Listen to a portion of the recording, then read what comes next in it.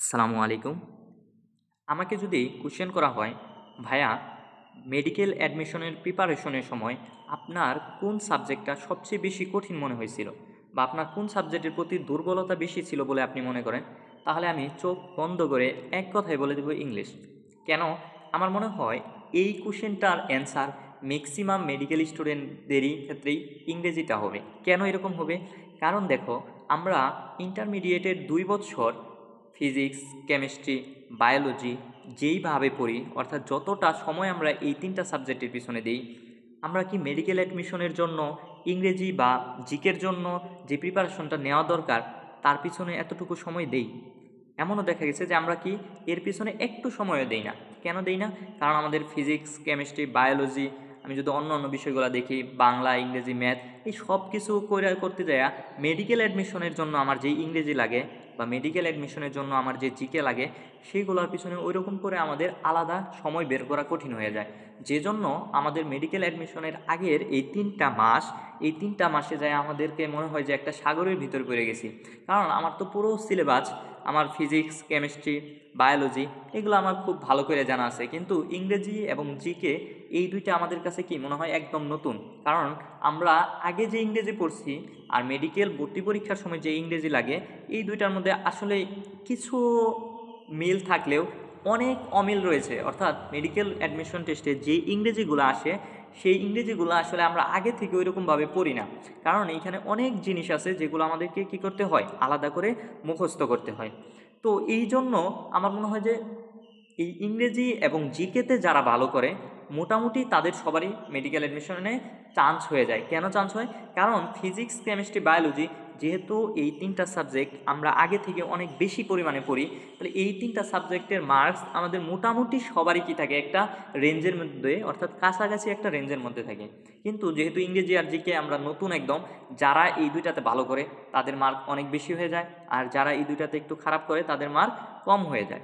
এই জন্য আমি তোমাদের প্রতি যে সাজেশনটা রাখবো, যে আমরা যারা মেডিকেলে ভর্তি হইতে চাই, আমরা যারা ফার্স্ট ইয়ার বলি, সেকেন্ড ইয়ার বলি, অথবা আমি মেডিকেল অ্যাডমিশন ক্যান্ডিডেট, তো আমরা এই ফিজিক্স, কেমিস্ট্রি, বায়োলজির পাশাপাশি ইংরেজি এবং জিকে এই দুইটা সাবজেক্টকেও কী করব, একটু আলাদা করে একটু সময় দিব, যাতে আমাদের পরবর্তীতে যাইয়া এই আফসোসটা না করতে হয় যে আমাদের ইংরেজি অথবা জিকের কারণে আমার চান্সটা হইল না। ঠিক আছে? তো আচ্ছা, আজকে আমরা যে বিষয়টা নিয়ে কথা বলবো সেটা হলো মেডিকেল ভর্তি পরীক্ষায় বিগত সালে আসা কিছু কোশ্চেন নিয়ে আমরা আলোচনা করব। যেই কোশ্চেনগুলা বিগত সালে মেডিকেল ভর্তি পরীক্ষা আসছে, তার পাশাপাশি এই কোশ্চেনগুলো এতটাই ইম্পর্টেন্ট যে ভবিষ্যতেও এই টপিক থেকে কোশ্চেন আসার সম্ভাবনা অনেক বেশি। তো চলো আমরা শুরু করা যাক। আচ্ছা, প্রথমে আমরা যদি এই কোশ্চেনগুলো একটু দেখি, তাহলে দেখো মেডিকেল ভর্তি পরীক্ষা 2016-17 সালে একটা কোশ্চেন আসছে। যে কোশ্চেনটা ছিল এরকম: চুজ দ্য কারেক্ট সেন্টেন্স। অর্থাৎ তোমাকে এইখানে 4টা সেন্টেন্স দেওয়া আছে, 4টা সেন্টেন্সের মধ্যে কোনটা কারেক্ট, এই সেন্টেন্সটা তোমাকে কি করতে বলছে, চুজ করতে বলছে। তাহলে আমরা আসো 4টা সেন্টেন্স আগে একটু দেখে নিই। তাহলে এতে কি বলা আছে? এতে বলা আছে হি ডাইড অফ পয়জন। বিতে বলা আছে he died by over eating. সিতে বলা আছে হি ডাইড ফ্রম কলেরা। ডিতে বলা আছে he died for his country. তাহলে দেখো, আমি যদি 4টা সেন্টেন্স খেয়াল করি, 4টা সেন্টেন্সের মধ্যে সবগুলা সেন্টেন্সের মধ্যে আমরা কি কমন পাচ্ছি? হি ডাইড, এইটা আমরা সব জায়গায় কি পাচ্ছি? কমন পাচ্ছি। তাহলে ঝামেলা কোন জায়গায়? ঝামেলা দেখো, এই যে ডাইটের পরে আমার একটার ক্ষেত্রে প্রিপোজিশন আছে হলো অফ, আরেকটার ক্ষেত্রে প্রিপোজিশন বাই, আরেকটার ক্ষেত্রে প্রিপোজিশন ফ্রম, আরেকটার ক্ষেত্রে প্রিপোজিশন ফর। তার মানে এই কোশ্চেনটা আসছে হইলো আমাদের একটা গ্রুপ ভার্ব, যেটা গ্রুপ ভার্বটার নাম কি? গ্রুপ ভার্বটা হলো ডাই। ঠিক আছে? ডাই থেকে। অর্থাৎ এই ডাই এমন একটা ভার্ব যে আমরা জানি ডাই শব্দের অর্থ কি? মারা যাওয়া। তো এই ডাই শব্দটা শুধু মারা যাওয়া অর্থই প্রকাশ করে না, অথবা যদি মারা যাওয়া অর্থ প্রকাশ করে, কিন্তু আমরা জানি একটা মানুষ বিভিন্নভাবে মারা যাইতে পারে। অর্থাৎ কেউ অসুখে মারা যাইতে পারে, কেউ ধরো অ্যাক্সিডেন্ট করে মারা যাইতে পারে, কেউ আত্মহত্যা করতে পারে, আবার কেউ ধরো যুদ্ধে যায় মারা যাইতে পারে। তো একজন মানুষ বিভিন্নভাবে মারা যাইতে পারে। তো এই যে একজন মানুষ বিভিন্নভাবে মারা যায়, এই বিষয়গুলা, অর্থাৎ একজন মানুষ যেভাবে মারা যাক না কেন, আমি এটা শুধুমাত্র ডায়ের সাথে প্রিপোজিশনের চেঞ্জ করে এটা বুঝাই দিতে পারবো যে সে কীভাবে মারা গেছে। তো এই কারণে ডাই শব্দটার সাথে আমার বিভিন্ন ধরনের প্রিপোজিশন বসে। ডায়ের সাথে কখনো অফ বসে, ডায়ের সাথে কখনো বাই বসে, ডায়ের সাথে কখনো ফ্রম বসে, ডায়ের সাথে কখনো ফর বসে। তাহলে কোনটা কখন বসবে, অর্থাৎ কোনটা ডায়ের সাথে কোনটা বসলে কি অর্থ প্রকাশ করবে, আমরা যদি এই বিষয়টা জানি তাহলে আমাদের জন্য এই কোশ্চেনটা অ্যান্সার করা একদম সহজ হয়ে যাবে। তাহলে আসো আমরা আগে জেনে আসি যে ডায়ের সাথে কোন প্রিপোজিশন বসলে সেটা কোন অর্থ প্রকাশ করে। আচ্ছা, তো দেখো ডাই, তাহলে আমরা সবাই জানি ডাই শব্দের অর্থ কি। ডাই শব্দের অর্থ হইল মারা যাওয়া, ঠিক আছে। কিন্তু আমরা শুধু ডাই শব্দকে মারা যাওয়া অর্থে না, আর অন্য অনেক অর্থে ব্যবহার করতে পারি। তো আমরা এখন আপাতত ধরে নিলাম ডাই অর্থ মারা যাওয়া। তাহলে দেখো ডাই, এখন একজন মানুষ কিভাবে মারা যেতে পারে। একজন মানুষ অসুখে মারা যেতে পারে, ঠিক আছে। তাহলে আমি একজন মানুষ কিভাবে মারা যেতে পারে, প্রথমেই অসুখে মারা যেতে পারে। অসুখে, অসুখে, এটা আমরা বলতে পারি হলো রোগে, ঠিক আছে। যদি কোনো মানুষ অসুখে অথবা রোগে মারা যায় তাহলে আমরা এই ডাই এই শব্দের সাথে প্রিপোজিশন হিসেবে বসাবো কাকে, অফ। অর্থাৎ কেউ অসুখে মারা গেছে এইটা বোঝানোর জন্য আমরা ডাইয়ের সাথে প্রিপোজিশন কি বোঝাবো, ডাই অফ। তাহলে আমরা কিভাবে মনে রাখবো, দেখো অসুখে এখানে আছে অ আর অফ, অফ। তাহলে অসুখে মারা গেলে অফ, অসুখে মারা গেলে অফ, এইভাবেই মনে রাখবো, ঠিক আছে। তাহলে কেউ অসুখে মারা গেলে তার সাথে প্রিপোজিশন কি বসবে, অফ। তাহলে আমরা যদি একটু দেখি, যেমন করিম ডাইট ড্যাশ কলেরা। তাহলে আমার এই শব্দটা দ্বারা বোঝাচ্ছে কি, আমি এই শব্দটা দ্বারা বুঝতে পারতেছি যে করিম ডাইট, তার মানে কি করিম মারা গেছে কিসে, কলেরাতে। কলেরা যেহেতু একটা অসুখ, তাহলে ডাইটের সাথে প্রিপোজিশন কি বসবে, ডাই অফ। তাহলে এখানে প্রিপোজিশন কি বসবে, অফ। ক্লিয়ার? আচ্ছা, আসো পরেরটাই যাই আমরা। তাহলে কেউ অসুখে মারা গেলে তার সাথে প্রিপোজিশন বসে হইলো ডাইয়ের সাথে প্রিপোজিশন বসবে অফ। আচ্ছা, এখন যদি কেউ অ্যাক্সিডেন্টে মারা যায়, অ্যাক্সিডেন্ট অথবা আত্মহত্যা, অ্যাক্সিডেন্ট অথবা আত্মহত্যা, অ্যাক্সিডেন্ট অথবা আত্মহত্যা। তাহলে কেউ যদি অ্যাক্সিডেন্ট অথবা আত্মহত্যায় মারা যায় তার সাথে ডায়ের পরে প্রিপোজিশন বসে হইল বাই। তার প্রিপোজিশন কি বসবে, বাই। তার মানে কি ডাই বাই। এখন এটা কিভাবে মনে রাখবো, দেখো অ্যাক্সিডেন্ট, আমরা যখন অ্যাক্সিডেন্ট, আসলে এখানে অ্যাক্সিডেন্ট বলতে আমরা কি বোঝাচ্ছি, কেউ অ্যাক্সিডেন্ট করছে, তার মানে কি সে কি সাইকেলের সাথে অ্যাক্সিডেন্ট করে মারা গেছে, না।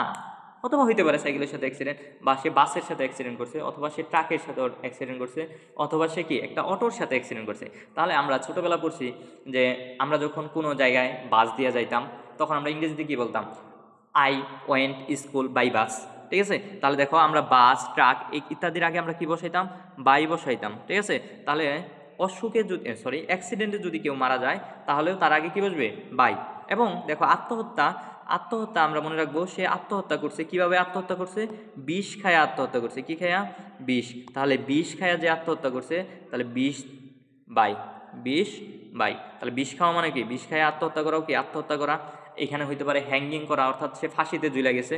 কিন্তু আমরা মনে রাখার সুবিধার্থে মনে রাখবো যে সে আত্মহত্যা করছে, কিভাবে আত্মহত্যা করছে, বিষ খায় আত্মহত্যা করছে। তাহলে আমার ডায়ের সাথে প্রিপোজিশন কি আসবে, বিষ বাই। তাহলে বিষ দিয়ে আমরা মনে রাখবো বিষ, বিষ এর সাথে কি বসবে, বাই বসবে। তাহলে বিষ by. Clear?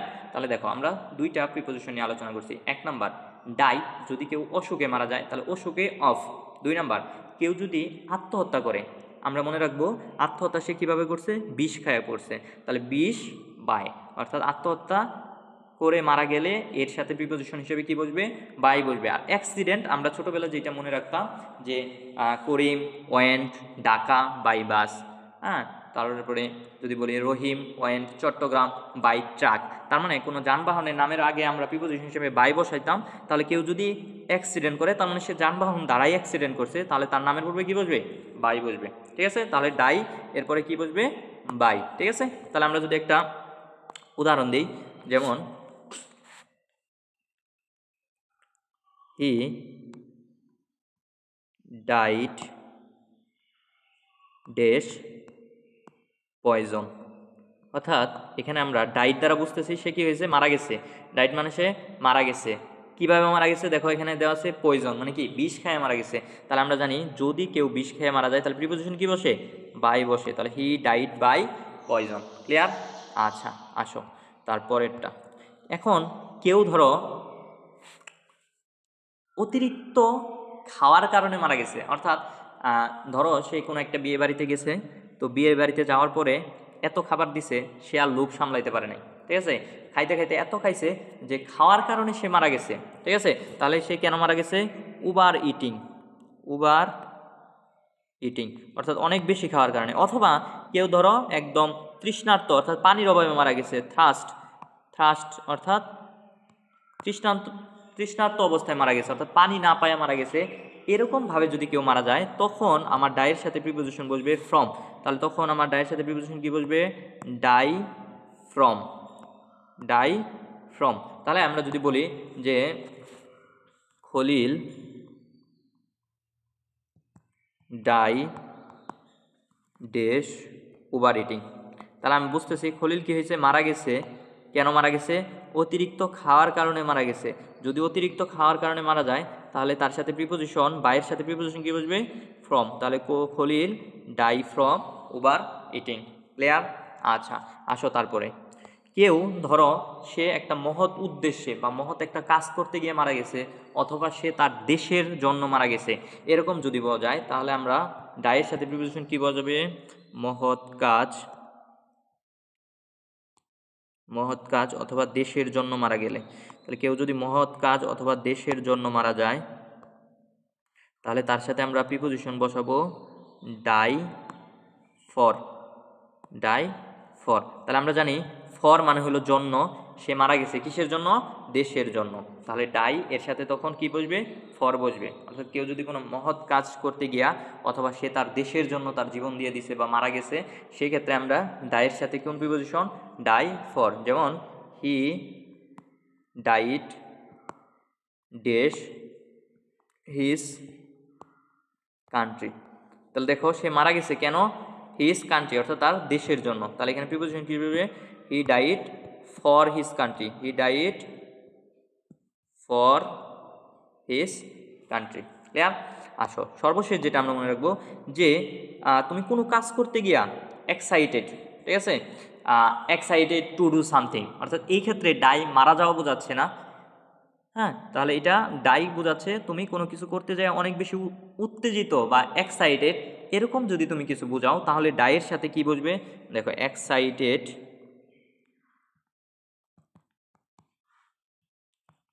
Two do something. অর্থাৎ তুমি ধরো তোমার এক বান্ধবী আসছে যাকে দেখার জন্য, অর্থাৎ তোমার বান্ধবী তার বাসায় আসছে, তুমি তাকে দেখার জন্য খুবই উত্তেজিত হয়ে গেছো।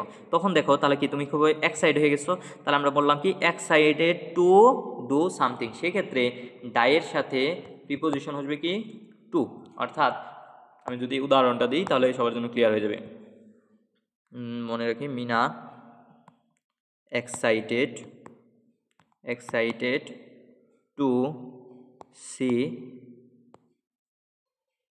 এক্সাইটেড, আচ্ছা সরি রিনা ডাই, আচ্ছা সরি এক্সাইট হবে না এখানে, না ডাই, মিনা ডাই, হ্যাঁ Mina die dash see her friend.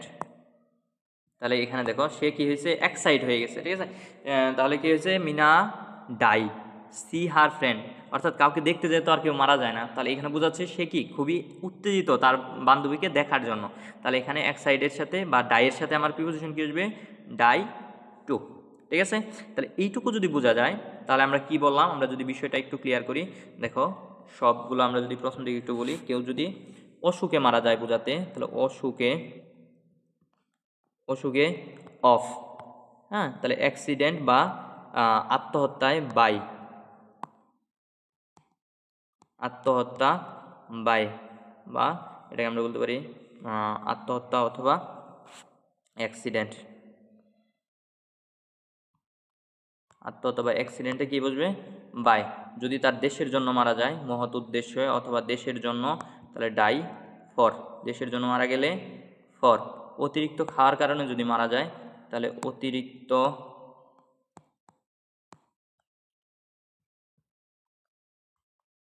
খাওয়া, অতিরিক্ত খাওয়ার কারণে মারা গেলে ডাই ফ্রম, ঠিক আছে।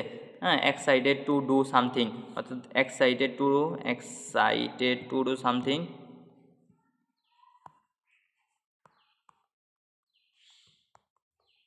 এক্সাইটেড টু ডু সামথিং, তাহলে die to, excited to do something এর সাথে ডাই টু। দেশের জন্য মারা গেলে কি হবে? ফর, দেশের জন্য, তাহলে প্রিপোজিশন কি আসবে? ফর। ক্লিয়ার? তাহলে এখন আসো আমরা ওই কোশ্চেনটা একটু দেখি। তাহলে ওইখানে কোশ্চেনটা কি ছিল? কোশ্চেনটা ছিল, আচ্ছা তাহলে দেখো, চুজ দ্য কারেক্ট সেন্টেন্স। তাহলে এক নম্বরে কি ছিল? এক নম্বরে ছিল যে হি ডাইট অফ পয়জন। তাহলে দেখো, সে মারা গেছে, হি ডাইট মানে সে মারা গেছে, কেন মারা গেছে? পয়জন। পয়জন মানে কি? বিষ। অর্থাৎ কেউ যদি বিষ খেয়ে মারা যায়, তাহলে আমরা জানি ডাইটের সাথে প্রিপোজিশন হয় হলো বাই, তাহলে এখানে আসে হলো অফ, তার মানে এটা হয় নাই। এখানে কি হইতো? যদি বাই হইতো তাহলে এটা হইতো, তার মানে এটা হয় নাই। আসো পরেরটা। তাহলে 2 নম্বরে কি আছে? হি ডাইট বাই উবার ইটিং, তার মানে সে মারা গেছে, কেন মারা গেছে? উবার ইটিংয়ের কারণে। আমরা জানি যদি কেউ উবার ইটিংয়ের কারণে মারা যায়, তাহলে ডাইয়ের সাথে প্রিপোজিশন বসে কি? ফ্রম, কিন্তু এখানে আছে কি? বাই, তার মানে এটাও হয় নাই, এটা বল। এরপরে আসো 3 নাম্বার, হি ডাইট, সে মারা গেছে কেন? কলেরায়। কলেরা কি? একটা অসুখ, তার মানে সে অসুখে মারা গেছে। তাহলে অসুখে মারা গেলে ডাইয়ের সাথে প্রিপোজিশন কি আসবে? অফ, কিন্তু আছে কি? ফ্রম, তার মানে এটাও হয় নাই। আসো 4 নাম্বার, হি ডাইট, সে মারা গেছে, কেন মারা গেছে? হিজ কান্ট্রি, অর্থাৎ তার দেশের জন্য মারা গেছে। আমরা জানি দেশের জন্য যদি মারা যায় প্রিপোজিশন কি হয়? ফর, তাহলে সঠিক অ্যান্সার কি? ডি, অর্থাৎ হি ডাইট ফর হিজ কান্ট্রি। ক্লিয়ার? আচ্ছা, আসো আমরা পরের কোশ্চেনে যাই। তাহলে পরের কোশ্চেন কি? পরের কোশ্চেন দেখো, এই কোশ্চেনটা আসছে কত সালে? মেডিকেল ভর্তি পরীক্ষা 2015-16 সালে। আচ্ছা, তো এই কোশ্চেনটা আসছেও, এটাও আসছে একটা প্রিপোজিশন থেকে। দেখো, তাহলে বলছে don't prevent me dash going. তাহলে 4টা অপশন দেওয়া আছে। এটা কি ফ্রম হবে, না এটা অ্যাট হবে, না এটা ইন হবে, নাকি এটা টু হবে? তাহলে আমরা এটার অ্যান্সার কোনটা হবে?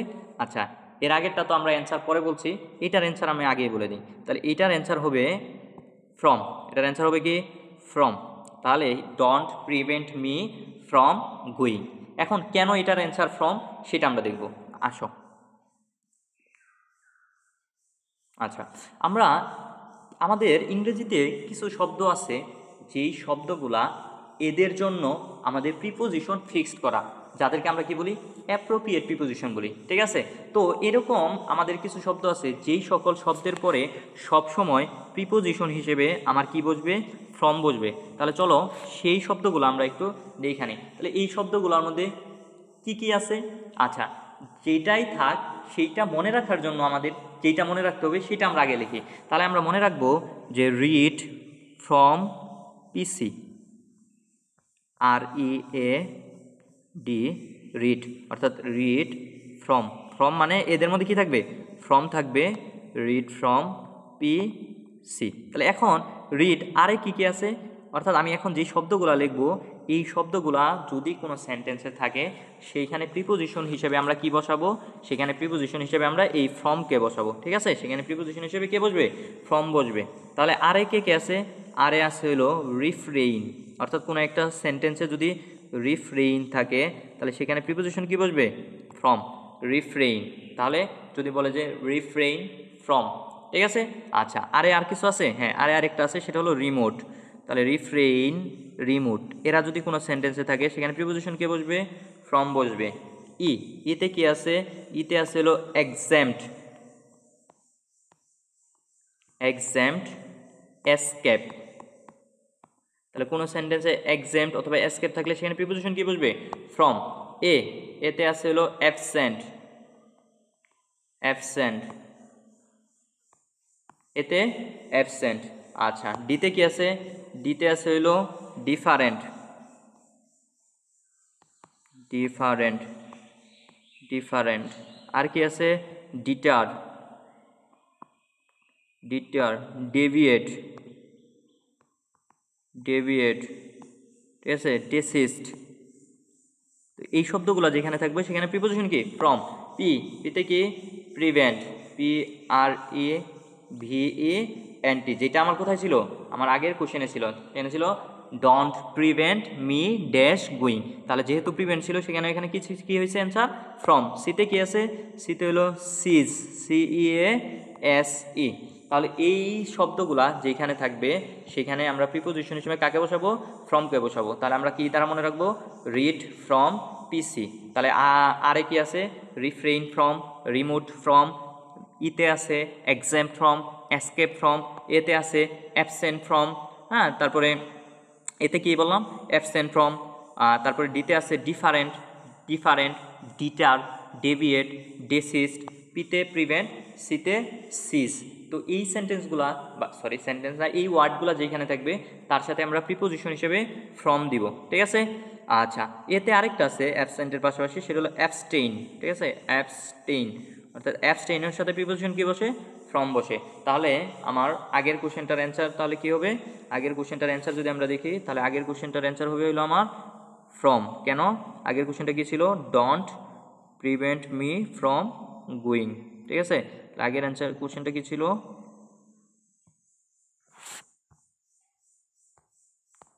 Don't prevent. তাহলে এখানে যেহেতু প্রিভেন্ট ছিল তাহলে যেখানেই প্রিভেন্ট থাকবে সেখানে প্রিপোজিশন কি বসবে, প্রিভেন্ট থাকলেই প্রিপোজিশন ফ্রম।